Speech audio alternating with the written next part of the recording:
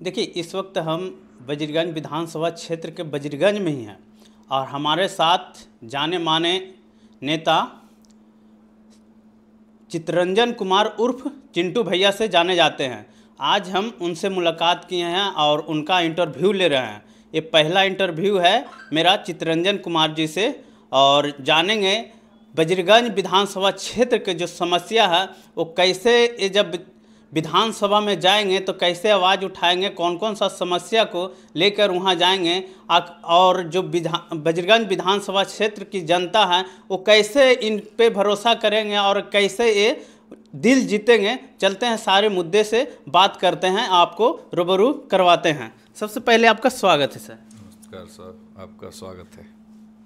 Sir, Wazirganj विधानसभा क्षेत्र में ऐसी कौन कौन सा समस्या आपके नज़र में है सर, जो आप जाइएगा तो पहला आवाज़ आप अपना वजीरगंज विधानसभा क्षेत्र के उठाइएगा विधानसभा में सर? देखिए, सबसे पहले तो क्या है कि वजीरगंज विधानसभा का निर्माण जब से हुआ है तो वजीरगंज विधानसभा में 2 ब्लॉक है, वजीरगंज और मानपुर। तो 3 बार चुनाव हुआ है। 3 बार के चुनाव में जो भी विधायक बने हैं वो मानपुर के ही हैं, मानपुर में ही रहते हैं। वजीरगंज विधानसभा के अंतर्गत जो हमारा वजीरगंज ब्लॉक है, वजीरगंज ब्लॉक पर उनकी नज़र थोड़ा कमज़ोर है और पूरब हमेशा सूरज जो है हमेशा पूरब से निकलता है और इधर वो दूरी की वजह से या फिर वो यह समझते हैं कि वजीरगंज विधानसभा के अंतर्गत जो वजीरगंज ब्लॉक है वहाँ नहीं ध्यान देने पर भी जब उनको टिकट मिल जाता है तो वोट मिल ही जाता है। अभी जैसे तरमा है तो तरमा को प्रखंड बनाया जा सकता है और तरमा के वासी हमेशा प्रखंड के लिए प्रयासरत रहते हैं। वहाँ की जनता यह चाहती है कि प्रखंड बने, लेकिन 15 वर्षों के अंतर्गत जब 2010 में विधानसभा बना था तो भाजपा के एमएलए बने थे यहाँ और भाजपा के एक बहुत बड़े नेता आकर के तरमा ग्राउंड से बोले थे कि वजीरगंज को अनुमंडल बनाएंगे। लेकिन जब तक तरमा को प्रखंड नहीं बनाएंगे तब तक वजीरगंज अनुमंडल नहीं बन सकता। और आज तक हमारे किसी वर्तमान विधायक जो हैं या पहले रहे उन्होंने भी कभी तरमा के लिए आवाज़ नहीं उठाई। तो सबसे पहले तो वजीरगंज अगर अनुमंडल बनना है, जो कि वजीरगंज के विधानसभा के वजीरगंज प्रखंड के लोगों की विशेष मांग है, तो तरमा का प्रखंड होना आवश्यक है। दूसरी जो सबसे बड़ी समस्या है यहाँ कि यह गरीब का क्षेत्र है, दलित काफ़ी हैं यहाँ, पिछड़े अति पिछड़े काफ़ी हैं। पलायन की समस्या यहाँ रोजगार को लेकर के काफ़ी है। अब देखेंगे तो मुसहर जाति के लोग, जो माझी समाज है, वो हमेशा यूपी के ईंट भट्ठों पे जाकर के रोजगार ढूंढते हैं। यह तो गरीबों की बात हुई। पढ़े लिखे युवाओं के लिए भी रोजगार की बहुत समस्या है यहाँ। वो दूसरे प्रदेशों में जा कर के अपना घर चलाने का संसाधन ढूंढते हैं। स्वास्थ्य के मामले में जब आप आएंगे तो आप देखेंगे कि वजीरगंज के अंदर जो प्राथमिक स्वास्थ्य केंद्र है उसमें भी कोई गुणवत्तापूर्ण डॉक्टर नहीं है। ऑक्सीजन की व्यवस्था नहीं रहती। कई बार बरसात के दिनों में ब्लीचिंग पाउडर तक का छिड़काव नहीं होता। कई बार यहाँ डेंगू ने महामारी का रूप लिया। तो स्वास्थ्य भी वैसा ही है। अभी आप देखेंगे तो अपराध भी काफ़ी बढ़ गया है। वजीरगंज विधानसभा के अंतर्गत अपराधियों का मनोबल काफ़ी बढ़ा हुआ है। छोटे मोटे चोर जो मोटरसाइकिल चोरी करते हैं उनका भी काफ़ी आतंक फैला हुआ है अभी। तो शासन प्रशासन के दृष्टिकोण से भी यह अभी के तारीख में वजीरगंज विधानसभा में स्थिति सही नहीं है। कानून नाम का कोई चीज़ ही लग रहा है, नहीं है, भय बिल्कुल ख़त्म हो चुका है, लग रहा है। बिल्कुल। दूसरी बात, किसानों के लिए ढाढ़र सिंचाई परियोजना जब केंद्र में सरकार थी झारखंड में भी सरकार थी और बिहार में भी सरकार रही। ट्रिपल इंजन की सरकार होने के बाद भी आज तक ढाढर सिंचाई परियोजना में नहर और पैन में पानी नहीं है। किसानों के खेत में कोई अगर बारिश हुई समय से तो फसल हुआ, नहीं हुई तो किसान बिल्कुल भी। खादों की कालाबाजारी, जब भी खाद की आवश्यकता होती है किसानों को, खाद नहीं मिलता, उसकी कालाबाजारी होती है। तो ये बहुत सारी समस्याएं हैं जो वजीरगंज विधानसभा में है। आगे अगर कभी मौका मिलता है वजीरगंज विधानसभा से सदन पहुंचने का, तो इन गंभीर विषयों पे मैं चाहूँगा कि आगे बढ़ कर के मैं सदन में अपनी बात रखूँगा। कैसे जनता के दिल जीतने का काम कीजिएगा सर?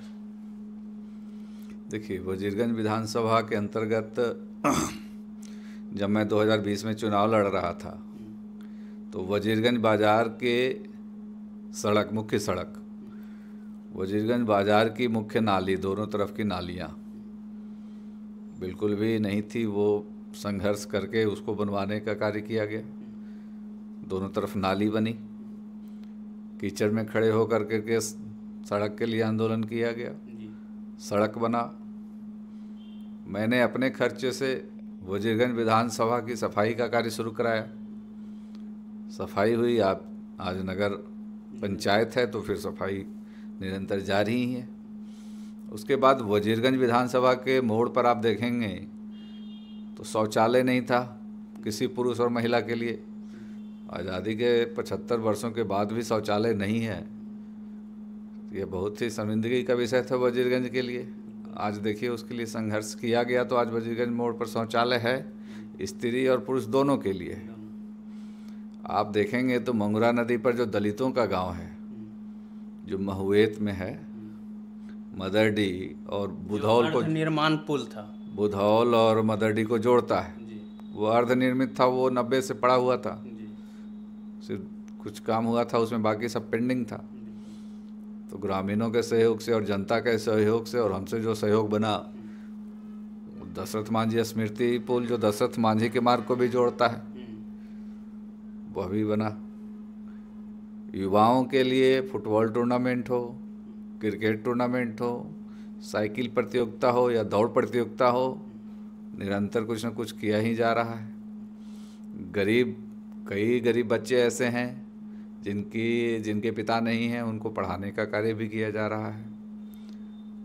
कई ऐसी बेटियां हैं गरीब परिवार की जिनको आर्थिक सहायता शादियों में की जाती है।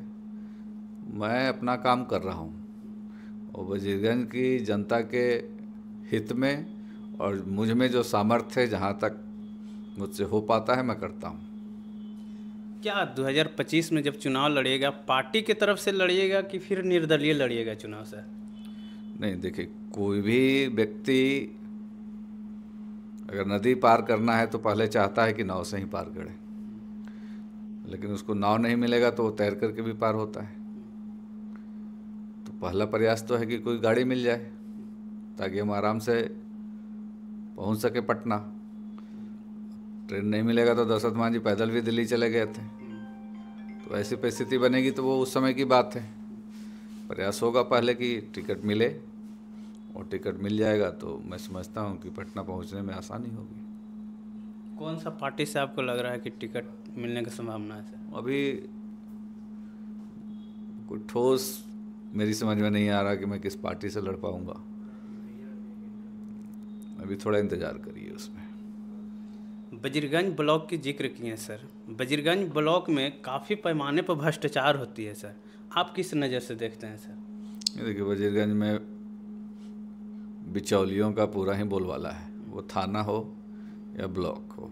और वजीरगंज में मानपुर प्रखंड हो या वजीरगंज, दोनों की एक ही स्थिति है। बिचौलिया मुक्त वजीरगंज बनाने का मेरा सपना है। मुझे मौका मिलेगा तो बिचौलिया मुक्त वजीरगंज बनेगा। शिक्षा की नज़र में क्या देखते हैं वजीरगंज विधानसभा क्षेत्र में सर? शिक्षा के नज़र में देखिए, प्राइवेट स्कूल्स तो काफ़ी हैं, लेकिन सरकारी स्कूलों में की दयनीय स्थिति। अभी एक गांव में हमारे कोई लोग गए थे, मैं भी गया था, वहाँ भेड़ बकरी बांधी जा रही थी। मतलब भेड़ तो नहीं है यहाँ, लेकिन बकरी और भैंस बने हुए थे। विद्यालय की स्थिति बहुत ही जर्जर है। एक तरफ तो सरकार ढिंढोरा पीटती है कि हम सभी स्कूलों को नया बना रहे हैं, बहुत से स्कूलों में काम हो भी रहा है, लेकिन बहुत से स्कूल आज भी हैं जहाँ न शिक्षक आते हैं न बच्चे आते हैं, लेकिन स्कूल है, वेतन दिया जाता है शिक्षकों को, लेकिन कोई आता जाता नहीं है। स्थिति हमारे यहाँ एक विद्यालय है वजीगंज महाविद्यालय, वो भी आज तक सरकारी हुआ नहीं, अर्ध सरकारी ही रह गया। हमारे के यहाँ बिहार वजीरगंज विधानसभा के अंदर कोई ऐसा मेडिकल कॉलेज नहीं है, छोटे स्तर पर भी नहीं है, न कोई ऐसा नर्सिंग ट्रेनिंग सेंटर है, न कोई इंजीनियरिंग का कॉलेज है, न कोई उद्योग है। यहाँ तो सिर्फ बालू और दारू में सरकार लिप्त है। बालू चोर और दारू चोर को पकड़ने में ही और उसी से कमीशन लेने में स्थानीय प्रशासन और सरकार अपना पेट थपथपा रही है।